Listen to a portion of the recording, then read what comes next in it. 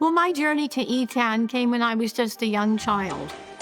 My mother was a 1931 graduate of Eton College, so we knew when we were just little ones, that all 8 of us, that you were going to Eton College because that's where she went, and she believed in the education of the college. John and I met when we were 15, so I knew him before going to the college. And a thought struck me that the girl I was in love with is going to go off to college.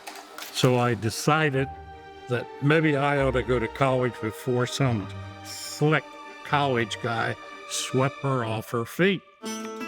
It proved to be a good decision. The first year as freshmen, we were both in the King and I, and John was also in the concert choir. But my hours were very, very limited because I was working full-time to make a living, and I was going to school full-time.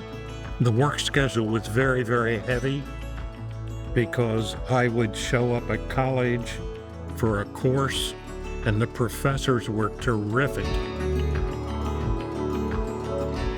We had lived in Portland, Maine, and I had worked in a daycare for a lady operating a daycare, and she asked me to be her director.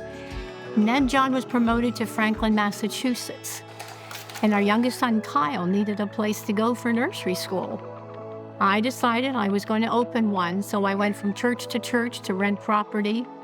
And the first year, we were filled, both morning and afternoon sessions, so it was a success right away.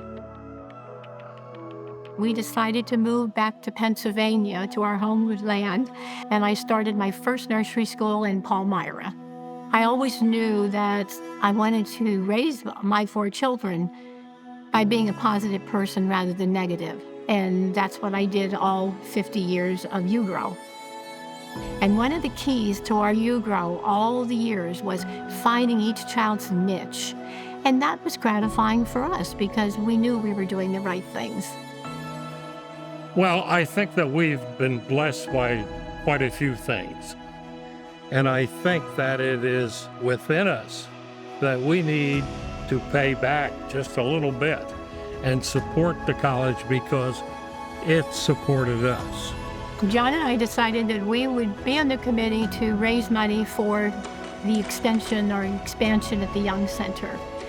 And we got some of our best brethren friends and non-brethren, a few, and we raised $2 million and put the addition on the Young Center. Educate for service for our young people in college means that they need to do something for somebody else. It makes you sleep better at nighttime when you do something for others. And that's what John and I try to do. That's critical for us all to do, all during our life. To have that underlying value follow you through your career path and your life says a lot for Elizabethtown College.